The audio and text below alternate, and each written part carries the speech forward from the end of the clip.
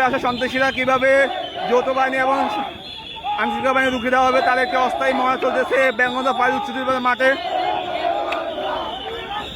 এখানে উঠেছে সেনাবাহিনী, র্যাব, বিজিবি, আনসার এবং অন্যান্য আইনশৃঙ্খলা বাহিনী। যদি কোনো সন্ত্রাসী কোনো দুর্বৃত্তরা কেন্দ্র দখল করতে আসে কিভাবে তাদেরকে রুখে দেওয়া হবে তার একটি অস্থায়ী মহড়া চলতেছে বেঙ্গল ফাঁড়ি উচ্চ বিদ্যালয় মাঠে।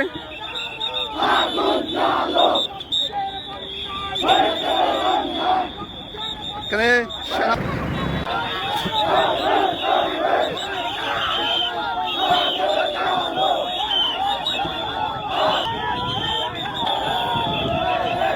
কিভাবে যারা ভোট কেন্দ্র দখল করতে হবে তাদের কিভাবে প্রতিহত করা হবে তার একটি অস্থায়ী মহড়া চলতেছে। আমরা দেখতে পাচ্ছি সদর দপ্তরের নির্দেশে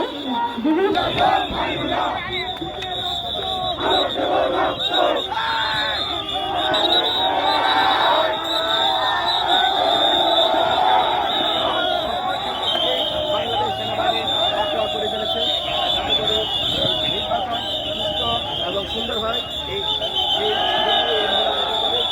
নির্বাচন মুখী দেওয়ার জন্য আইনশৃঙ্খলা বাহিনী কিভাবে একটি কেন্দ্র নিয়ন্ত্রণ আসবে তার একটি যৌথ মহড়া পরিচালনা করতে আসবে বেঙ্গল ফাঁড়ি উচ্চ মাঠে।